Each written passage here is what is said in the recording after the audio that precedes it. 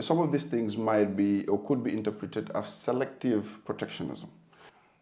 My name is Baboucarr Saho. I'm a Gambian, a citizen of the Republic of the Gambia, a businessman and entrepreneur.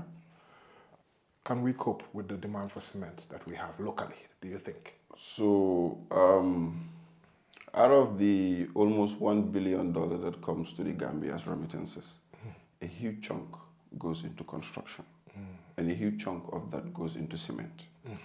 So, the demand is ever increasing. If you look at any time within the last 20 years in this country, there is no year that the demand for cement has dwindled. It's on the rise. So there's nothing that shows that the demand is going to go down.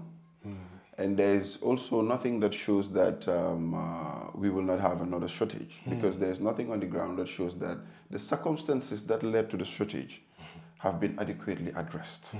And as a result of that, it will be very difficult for one to argue out or give a guarantee that you will not have another shortage. You can only say that it's a matter of time, because, you know, a commodity like cement should be taken more seriously with a more long-term sustainable approach, you know, rather than the current trajectory, you know, as we have it. I think we need to go into talks with Senegal, because look, our trade relationship between Senegal and Gambia, for my perspective, it's not really fair. I think particularly on our small and medium enterprises. But the issue is you cannot solve that by using this, because this does not harm or does not really affect Senegal. It affects the Gambian pocket. You know, it affects Gambia's capacity to build, Gambia's government capacity to build, the cost of building, the cost of infrastructure. So the government should look at or serve as a facilitator to making things easier, rather than focusing on, you know, collecting the cash now through, you know, taxation. So we should have a longer view, a long-term view of development, rather than collecting the cash now, regardless of the consequences. And the consequences now is the high cost that Gambians have to deal with. Deal with that. What kind of solutions do you recommend we can put in to avoid this firefighting? Okay, so the thing is, we cannot eat our cake and have it. Okay? So we have to decide what we want. We don't have the commodity, and the commodity comes at a cost. So what we need to do is to mitigate that cost. We cannot avoid the cost of buying cement, because even the bag that the cement goes into, we don't produce it.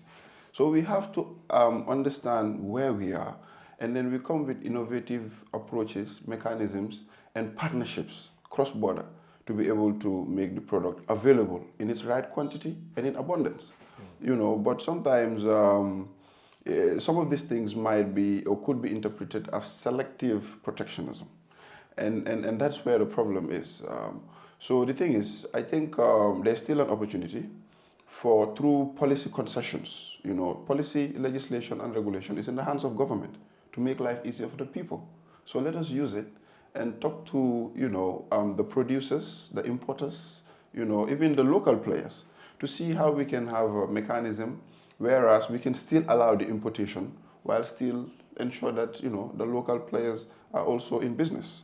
But to, you know, increase the tariff by 500% in the name of protection within the circumstances that we're existing in, it can be argued out to not be the best thing that, or the best option that could have been adopted. But what's your perspective on that?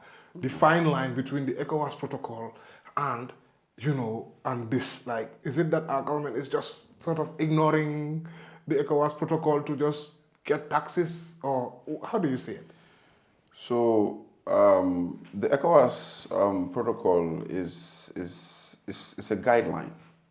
You know, it's a guideline that to some extent is binding to nations. But we also have to understand that nations also have their internal trade protocols.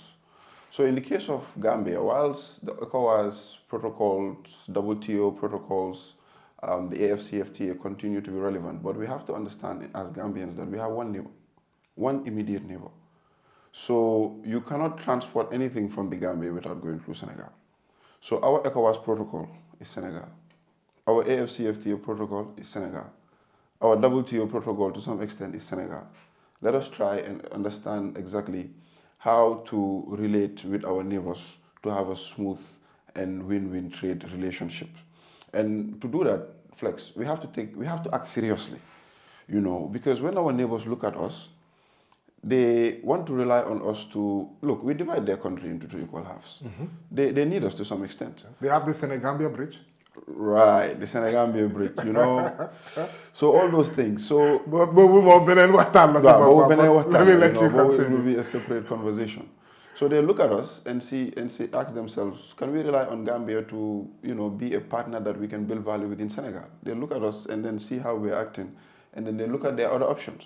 They look at Guinea, they look at Mali, they look at Mauritania. So they deal with those people, you understand, as an option. So I think that is where we need to focus on. It's not a retaliatory, we have to be smart. We have to be smart and make smart policies and position ourselves in a way that we become very indispensable within the scheme of things. And we have that advantage. But Flex, we need to think. We need to think. Yeah. Definitely. Think outside the box. Yeah. Thank you so much.